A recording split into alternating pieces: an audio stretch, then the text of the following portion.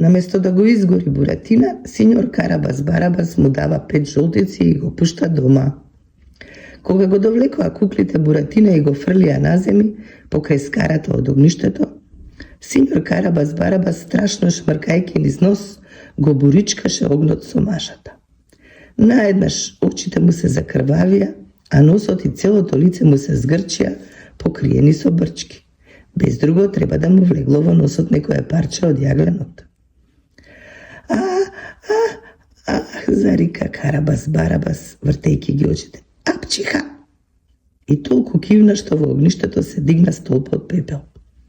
Кога ќе почнеше докторот на науката за куклите да кива, тој не можеше да се запре. И киваше 50, а понекогаш и по 100 пати едно по друго.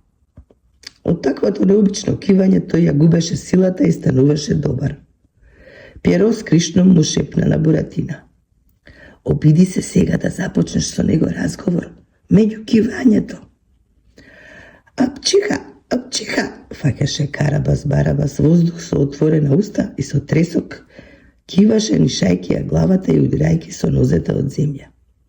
Во кујната се тресеше, стаклата траска, се нишаа главите и тенџерињата закачени на клиновите. Помеѓу две кивања Буратино почна да квичи со тажно тенко гласче.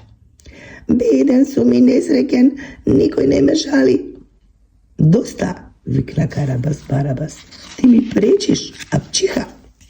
На здравје, синьоре, рече расплаканиот Буратино. Благодарам, а дали ти се живи родителите, апчиха? Никогаш мајка не сум ни имал, синьоре. Ах, јас сум несрекник.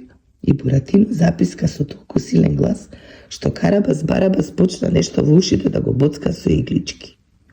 Тој затропа со нозете. Престани да пискаш кога ти велам, апчиха, а дали е жив татко ти? Мојот беден татко уште е жив, синьоре. Си замислувам како ќе му биде кога ќе разбере дека со тебе сум испекол зајак и 2 пилиња. Апчиха. Кутриот мој татко и така наскоро ќе умре од глад и студ. Јас сум неговата единствена подкрепа во староста. Смилувајте се, пуштете ме, синьоре. Појаволите, рикна Карабас Барабас. Не збор за некакво сожалување или милост. Зајакот и пилињата без друго треба да бидат испечени. Влегувај во огништето.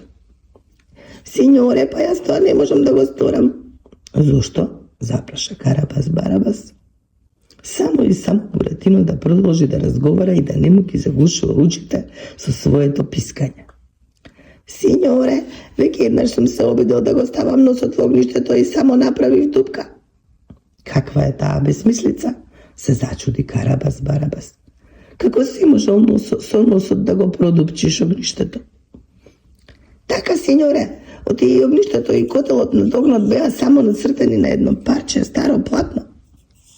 Апчиха, кивна Карабас Барабас толку силно што Пјеро летна лево, Арлекин десно, а Буратино се заврте како вртимушка. А каде си го видел ти тоа огниште, огнот и котелот нацртани на парче платно? Во одајчето на татко ми Карло. Тебе татко ти е Карло. Карабас Барабас рипна од столот, мафна со рацете, а брадата му се разлета на сите страни. Така значи, во одајчето на стариот Карло се наоѓа тајната. Ама тука Карабас Барабас очевидно не сакајќи да откаже некоја тајна, со обете тупаници си ја затвори самиот устата. Седеше така известно време, гледајќи со ококорени очи во огнот што гаснеше. Добро, рече најпосле, ќе вечерам недопечен зајак и положиви пилиња. Ти го подарувам животот, Буратино.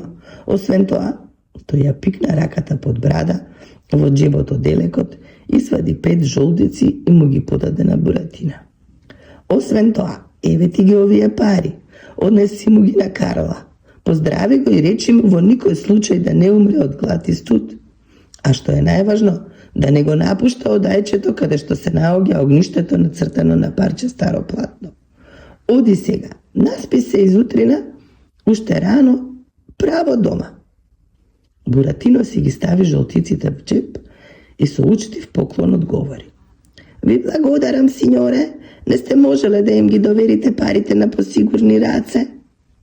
Арлекин и Пиро го одведоа Буратино во спалната на куклите, каде што пак започнаа да го пригрнуваат, да го бакнуваат, да го цуркаат, да го штипат и потоа одново да го пригрнуваат милиот Буратино, кој толку чудно се спаси од страшната смрт во огништето. А тој со шепот им говореше на куклите: "Се крие тука некоја тајна, се крие тајна."